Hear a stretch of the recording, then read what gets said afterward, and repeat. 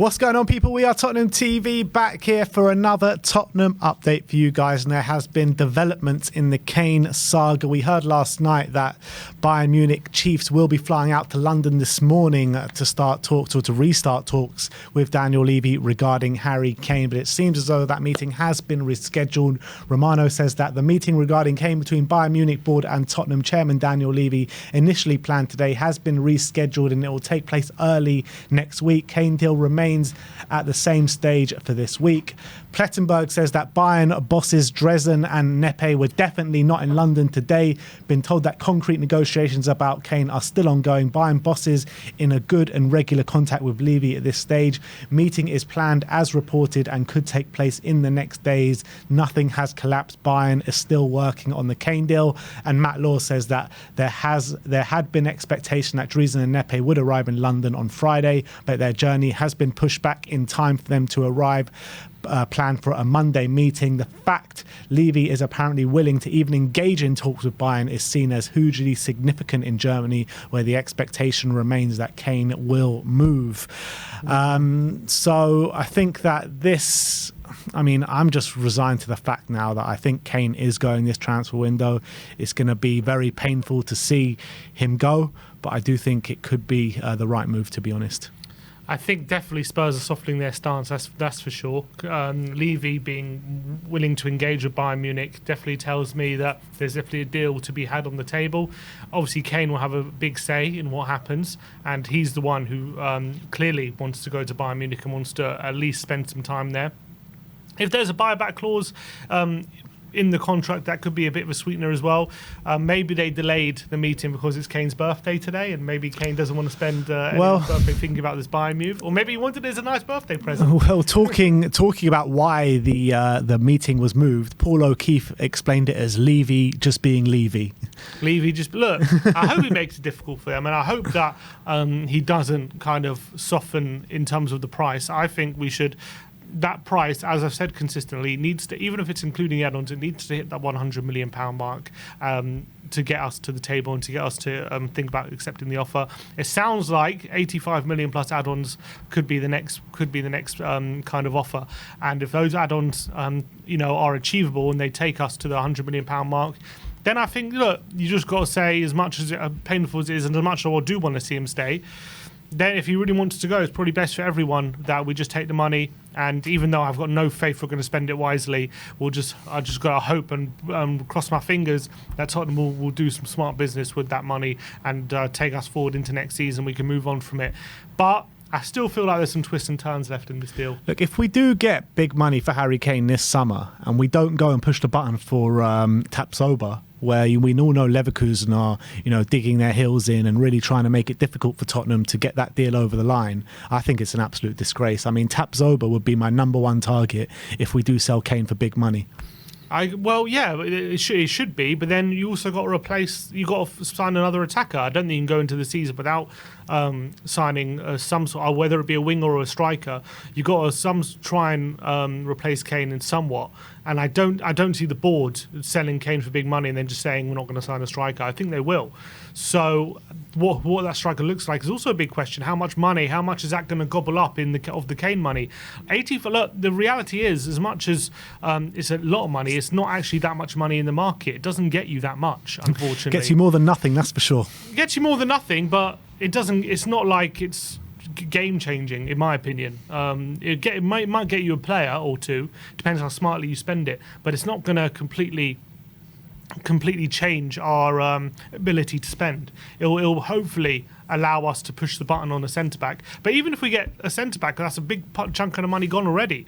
So all of a sudden, can you spend buy Tapsoba for 45 or something, and then that doesn't leave you that much for a replacement attacker? Or what if you want another defender and then a replacement attacker? So it does get a bit complicated when it comes to where the money is allocated. If I had more faith that we were going to buy a centre-back regardless of the Kane sale, and then we could spend that money on just replacing him, I'll be a bit more confident about where this deal was going to lead us and what the implications of it. But I just have no confidence in us right now and where we're going to spend the money. In my personal opinion, if we were to sell Kane for 85 million, let's say for argument's sake, this summer, and we go and get 2 top centre-backs, and that's our only business from now until the end of the transfer window, I'd be absolutely delighted with that. I'd give it a chance for Richarlison to lead the line until January. On the left-hand side, you'll have options of Solomon, you'll have options of Perisic, you have options of Son. Son can also play as the number 9. Richarlison can play as the number 9 on the right. You have Kulusevski and potentially either Solomon or Perisic or Brian Hill can play on that side. I know it's not maybe the greatest options, but I'd give them the chance to prove themselves from now until January.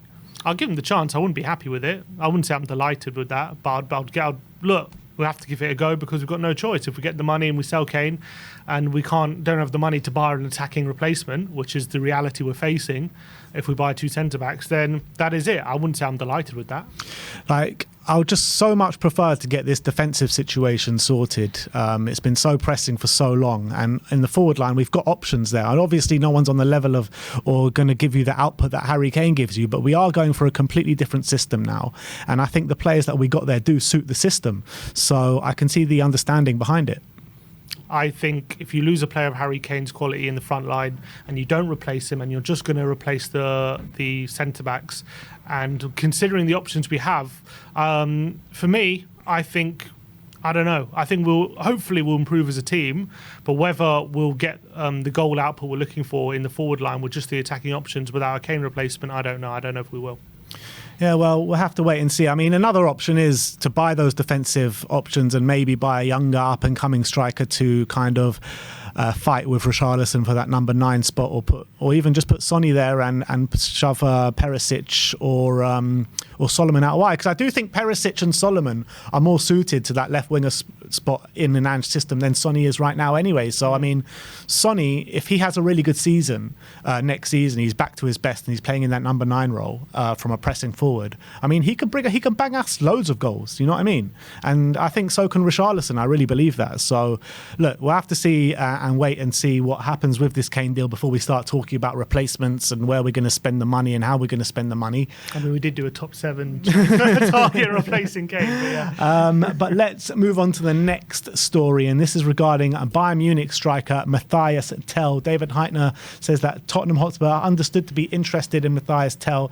Bayern Munich, fast-rising 18-year-old attacking star. Thomas Tuchel is planning to keep the France youth international for the start of the season, but the manager has admitted that it could change if something changes very late in the transfer window. Yeah, and this type of deal, to be fair, I know he's only 18, but from what I've seen of Tel out in the Bundesliga, and you know, he's got 5 goals last season as an 18-year-old for Bayern Munich in 22 games. He looks like an unbelievable talent, albeit he's still very, very young. But if we can somehow include him in the deal, then I think all of a sudden, okay, you're selling Kane, but you've got a guy coming in who could potentially be extremely high quality striker as a replacement, and you're looking towards the future. You're not just saying we're selling Kane and hi-ho, we'll see what happens kind of thing. We're actually actively looking to replace him with someone like that. And then all of a sudden you've got a bit of competition for Richarlison. I think that'll benefit everyone. I think Bayern Munich are going to try really hard not to let that happen. So I don't see this happening, but I think that would be a lot more acceptable. Someone like Tel would come in, yeah.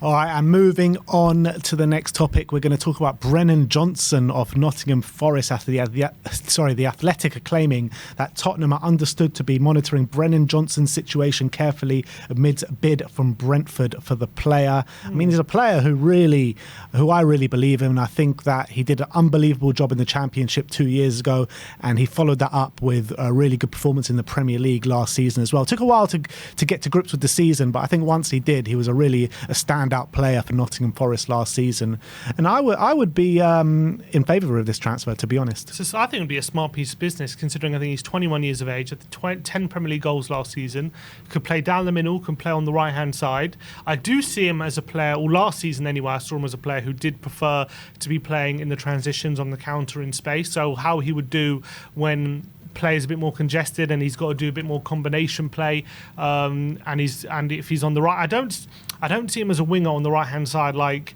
Ange likes his wingers. I do see him probably as more as a backup to Richarlison potentially in a number 9 position. I think that's where I'd like to see him. I don't know if he's a very dribbly kind of winger. He's more of like a goal threat kind of winger, and you saw that in the Championship where he got 19 goals. But he's such a young player. I think he's got a lot of potential, and I think considering his versatility, his age, and a high potential ability to his high ceiling, in my opinion, I think it would be a smart piece of business. And I think I guess using the Kane money to do that would be decent. I wouldn't say I would be overly ecstatic, but I do think it would be a smart piece of business. I think, though, if you are going to take Brennan Johnson, you are overpaying. They already rejected a bid of 35 million. And I think... Well, a 21-year-old scored 10 Premier League goals. I know that, but I mean, what are you looking at? What are they going to accept in excess of 50 million? Something like that for Brennan Johnson. I just think that's a bit too much for someone like that, to be honest. As much as I do believe in his qualities and his talent, I just would prefer to spend that kind of money on a top centre-back, to be honest, if we are only going to spend it on one player. You could probably get someone of Johnson's quality from Spain or France or Italy for like half that price. Exactly. That's what I'm trying to say. So I think that as much as I would accept him and would be excited if we were to sign him, I just think something of like 40-50 million is just a bit excessive for someone like that, to be honest. Probably right.